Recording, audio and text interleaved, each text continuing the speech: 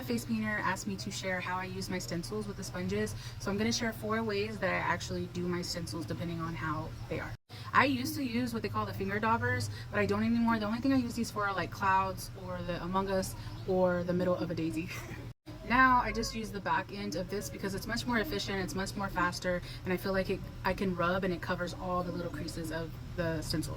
For the longest time, I actually would just spray the paint only and then just kind of rub and dab in there.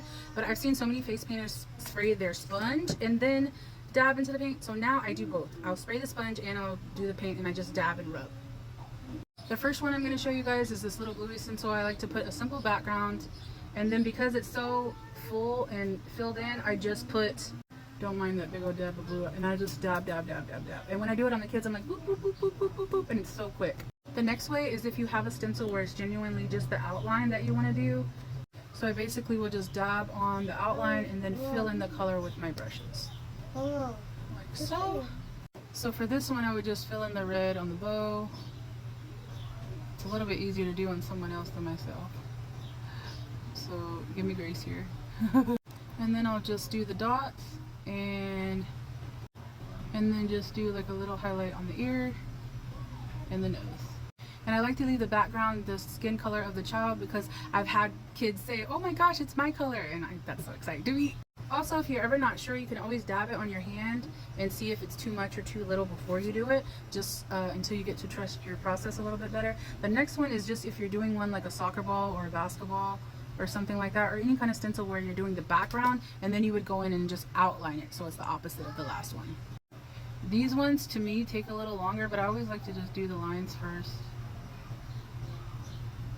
and then just fill in. Again, it's easier to do on someone else than myself. And all of these I would do a design around. Like this, I would probably put it on fire or ask them what number they want. Unless it's just like a little kid who can't really sit still or is not sure, then I'll just do the real simple stencil. The last way I would use a stencil, depending on how it's made, is I would paint the background and I would kind of reference by pressing it on their face and then just doing like the color background behind it first. And it's not going to be even, but it's going to look great. It doesn't have to be perfect. But I know that Stitch has the light blue around his eyes and then his mouth. And then just continue to reference, you know, where you need to put everything.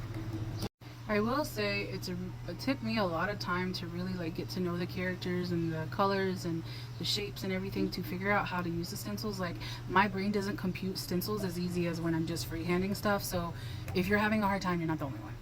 Also, a neat trick is if you have a glitter blower and they want glitter, spray it. That way when you do the next layer, it won't smear and it'll help it dry faster. Or you can use a fan to help it dry before you go do the next one. Then I would just place it as best as I can for over where the colors that I put underneath.